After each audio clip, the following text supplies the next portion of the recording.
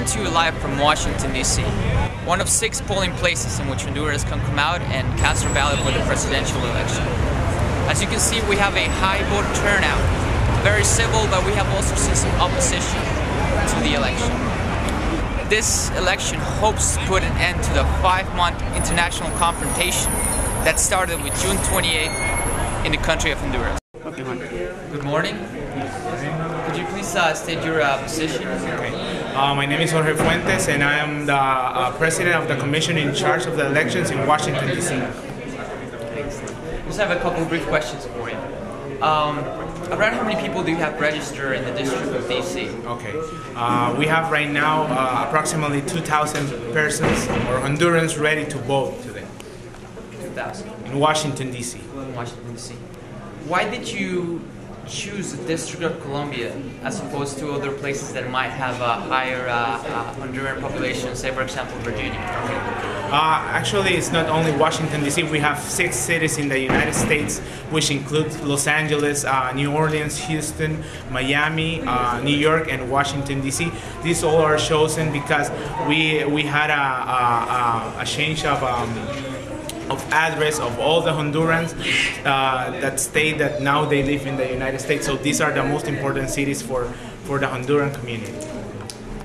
Do you believe that the international community will recognize the elections? And if so, what does the future hold for Honduras? Okay, I'm very happy with the process right now. It's very transparent, and I'm sure that all the international community will accept the elections, and we'll see that Honduras is just a country that wants peace, justice, and democracy. And with a transparent process, I'm sure there's not going to be a problem that our next president will be. Why did you choose to come here and oppose the elections? Well, we feel that these elections are not taking place in the right conditions. I mean, there is repression, freedom of express is limited in Honduras, and the government that currently has the de facto government is not a government that was chosen by the Honduran people. So we feel that these elections are not the right outcome for Honduras and do not solve the problems in Honduras that we have right now, the political issues that we have. Do you believe that the international community will eventually come out and recognize the elections? I would think that it's going to be divided by those who are in line with the United States, which has already said that they will recognize the elections. A few countries in Latin America, Costa Rica, Panama, and we believe Colombia and Peru are going to follow suit, but the rest of the Latin American community is going to not recognize the elections. Back up! We're going to raise the country. Honduras will never be ashamed of anything. You people need to learn. You people in the beginning, you forgot your ancestors. You forgot what Honduras stands for. It's a free country. Aprender, hermano. Honduras tiene que ser un país libre, soberano, independiente. Es el único país en Centroamérica. Question for you. Why did you come out and vote, and what do you expect after the elections?